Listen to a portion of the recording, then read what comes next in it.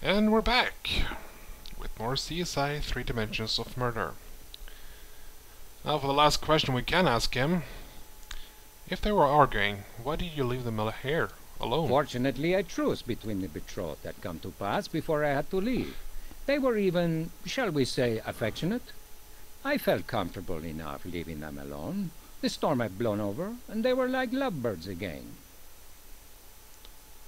Any other thoughts about Mark Stock? To me, Mark Stock would be an enigma if he had a higher IQ. During their tiff, he seemed cold, emotionless. He's one of those passive-aggressive types who occasionally erupt, but in a strange, distant way, unleashing a torrent of abusive language, but delivering that invective in a controlled, cruel manner, seemingly devoid of any feeling. Do you have their current address? They visit Vegas frequently, weekend getaways, on which they invariably stop by my gallery to do business. Rachel did so love art. What was the question? No, I have no address. They flew in for their wedding, and I have no idea at which hotel, though it will certainly be one of the pricier ones. I have no more questions for you. Okay, so far we have picked up what we can in the crime scene. Beautiful art here. Excuse me. Let's head over to the morgue to meet Doc Al Robbins.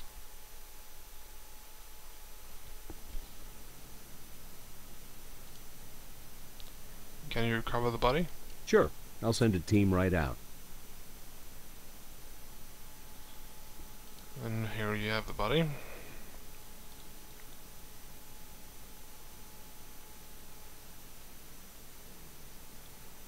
Blunt force trauma to the head, most likely.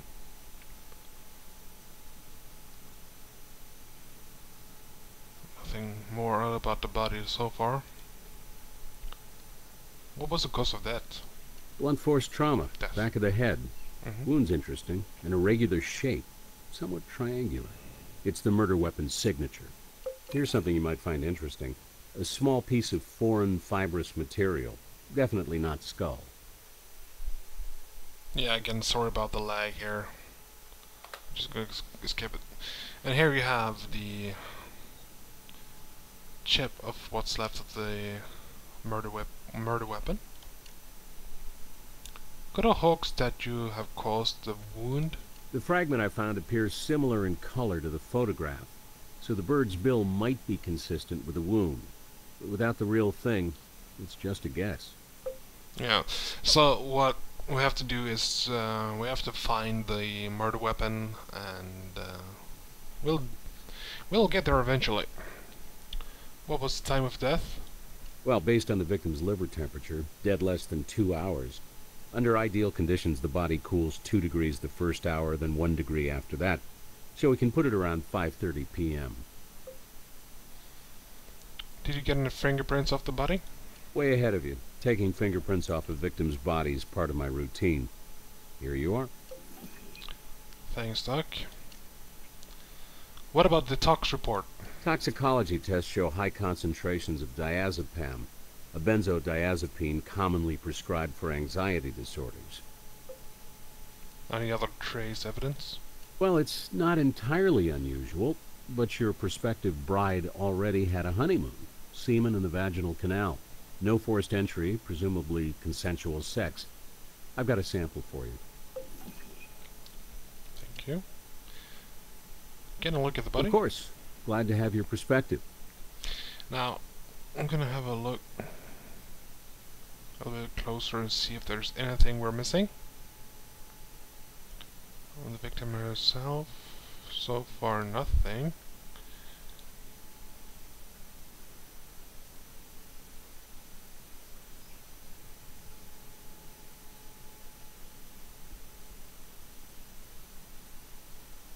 And there's the entry wound of the murder weapon.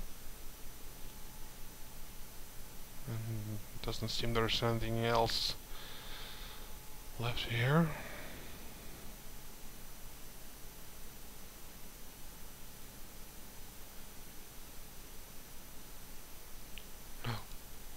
Okay.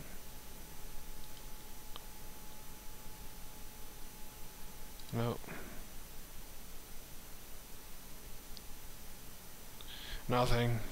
Normally, if there was an assault, there would be some some defensive wounds around her knuckles and fingers, but there are none, so let's head over to the lab.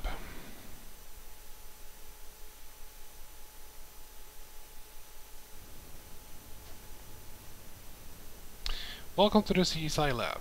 While in the lab, you can drag your evidence to your CSI partner for a clue about where to process it. Note, some evidence items do not require processing. Click on any of the 5 machines to move in closer, then you can either click on it to enter the machine's interface, or you can drag evidence from your toolbar directly onto the machine to enter the interface. Tip: if your CSI partner says there's more to do with that item before we can process it, this means that they see something else to find on the item. In addition, your CSI partner is always available to give you hints on the current case.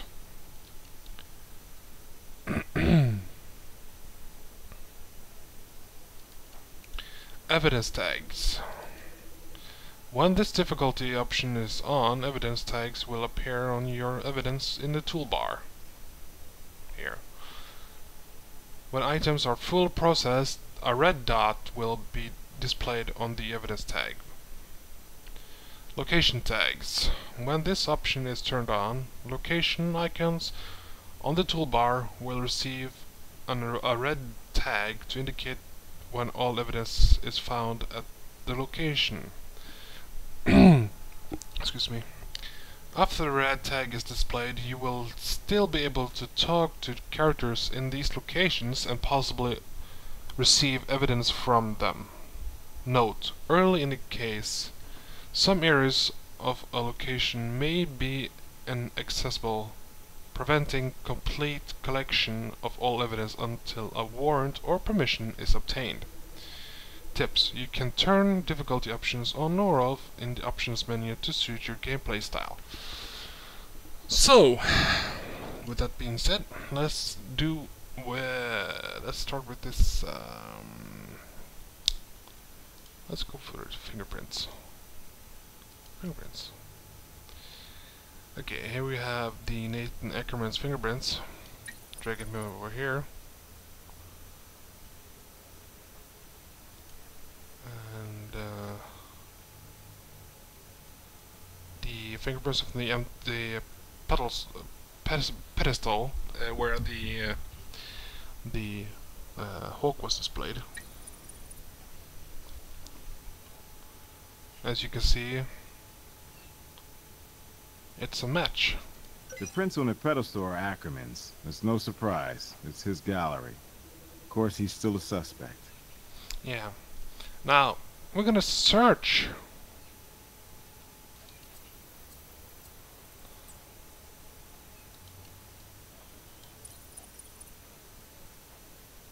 No. No, but it was close.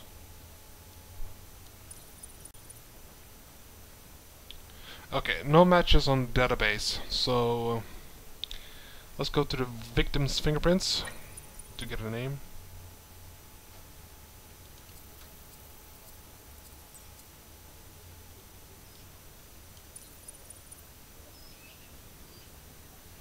No. It looks like it, but it's not. No.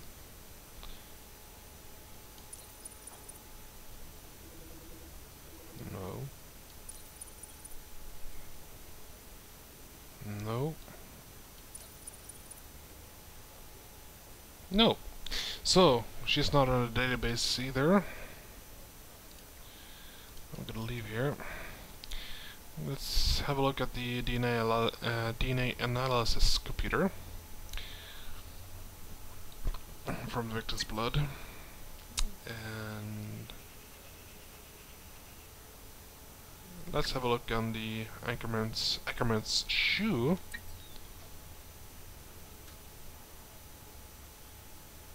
Yeah, you can see the similarities here on both sides. It's a match. So let's... This verifies Ackerman stepped in the victim's blood. Yeah, but that's it. It only verifies that he was close to the body. It doesn't mean he killed him, so... let's leave here. And...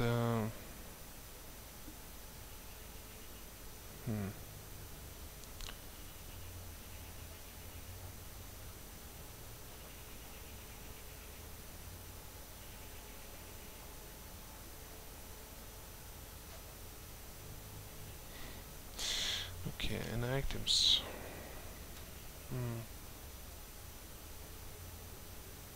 Yeah. Okay, there's nothing more to do right now, so let's head over to Brass's office.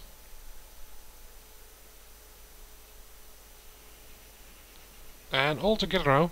She's dead, Jim. Well, I can have a unit hit the hotels with cold calls. It'll take a while, but as long as our lovebirds were registered under their real names, we'll find them. Can you search for the suspect murder weapon? Do you think that hawk sculpture might be the murder weapon, huh? I'll get my boys to start searching for it immediately. Check back later. Do you know any more information about Nathan Ackerman? Our friendly neighborhood art dealer opened the gallery 12 years ago, and his record's clean. I found some online reviews saying Ackerman is an overcharging, tasteless fraud. But hey, that's no crime. Can check down Patrick Milton? Even a self-proclaimed genius like Patrick Milton can't escape the electric company. And we got his address from their bill. Here you go. Okay, so we got his address. Let's head over to the art studio. And again, we have to skip. Oh, sorry about that. I don't understand why Fraps decides to go so... get so laggy all of a sudden. Hey, you recognize that picture?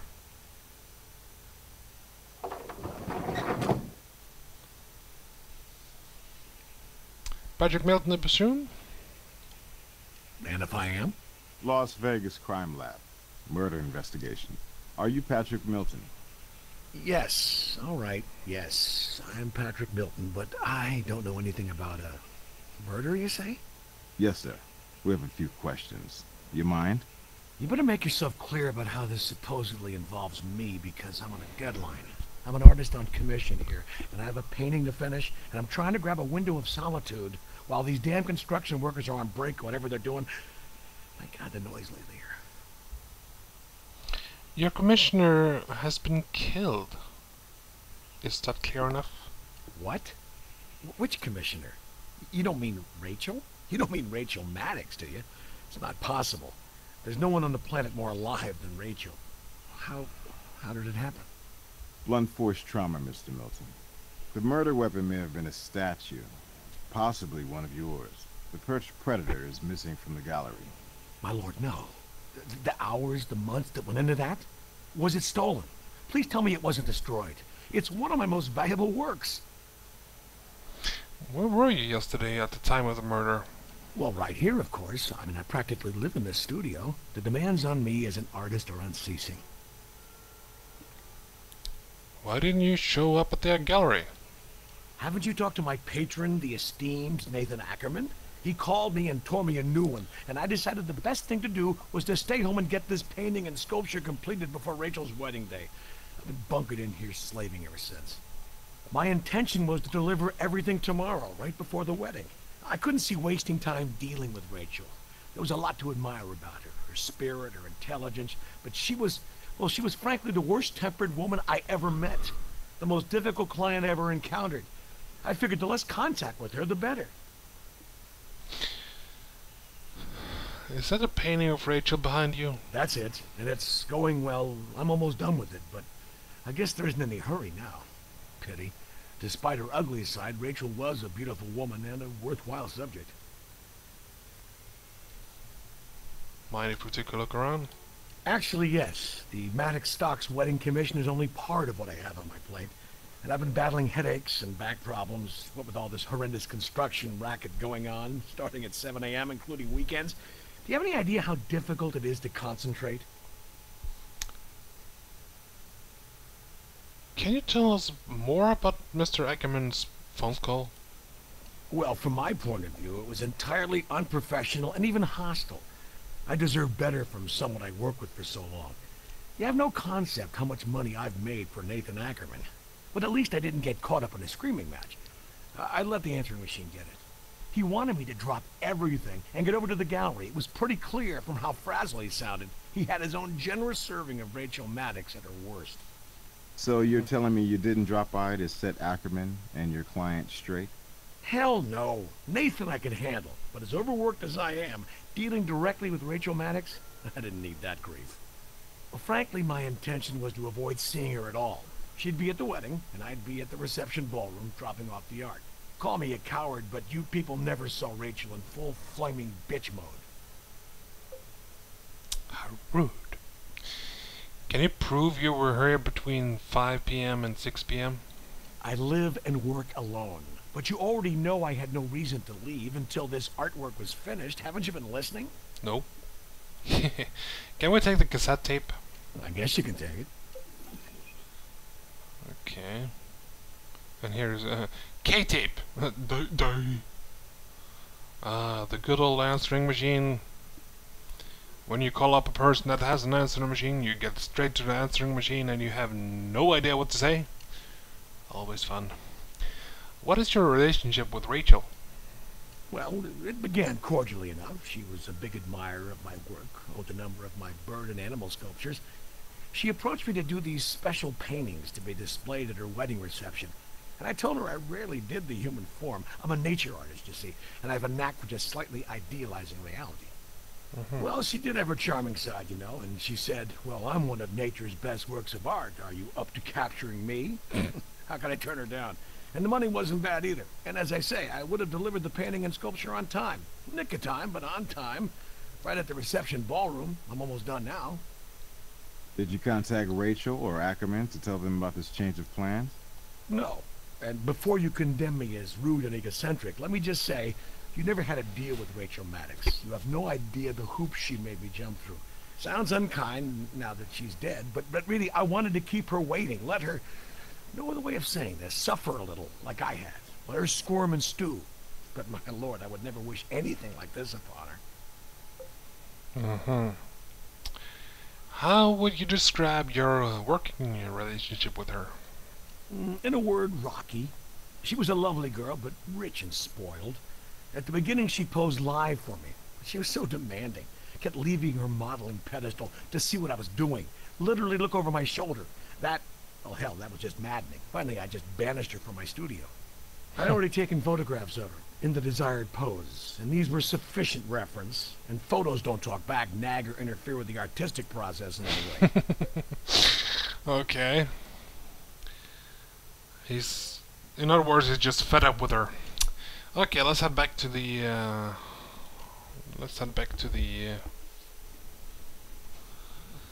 lab. I'm gonna cut it right here, and we'll be right back.